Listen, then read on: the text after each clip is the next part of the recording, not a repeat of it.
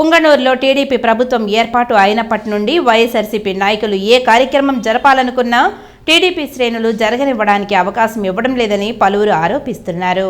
పుంగనూరు మండలంలో గ్రామస్థాయి ఎంపీటీసీలు సర్పంచులను తప్పుడు నిర్ణయాలతో గ్రామస్థాయి ఎన్నికలను జరగనివ్వకుండా వైఎస్ఆర్సీపీ ఏకగ్రీవంగా ఎన్నుకున్నారు. ప్రస్తుతం టీడీపీ ప్రభుత్వం ఉన్న కారణంగా ఇక్కడ వైసీపీ సమావేశాలను జరగనీయమని టీడీపీ నాయకులు కార్యకర్తలు భారీ స్థాయిలో మండల కార్యాలయానికి చేరుకున్నారు.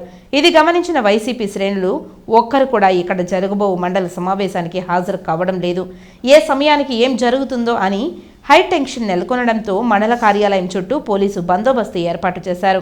మండల సర్వసభ్య సమావేశం సమయం 11 గంటలైనా ఎవరూ రాకపోవడంతో మండలాధికారి అబ్దుల్ రహీం సమావేశం వాయిదా పడినట్లు మీడియాకు వెల్లడించారు.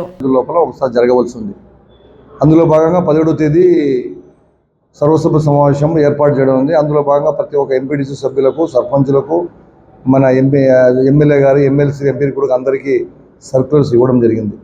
అందులో భాగంగా ఈరోజు 17వ తేదీ సమావేశం 10:30కి హాజరవడం జరిగింది. కానీ 11:30 వరకు కూడా ఏ సభ్యులకు ఒక్క సభ్యుడుగా గైరాజరైనందువలన, కోరం లేనందువలన, గైరాజులు మరి కోరం లేనందువలన సర్వసభ్య సమావేశాన్ని వాయిదా వేయడం అనేది. తదుపరి మండల అధ్యక్షుల వారితో సంప్రదించి తదుపరి సమావేశం ఎప్పుడైంది నిర్ణయిస్తామని మీకు తెలియజేయడం.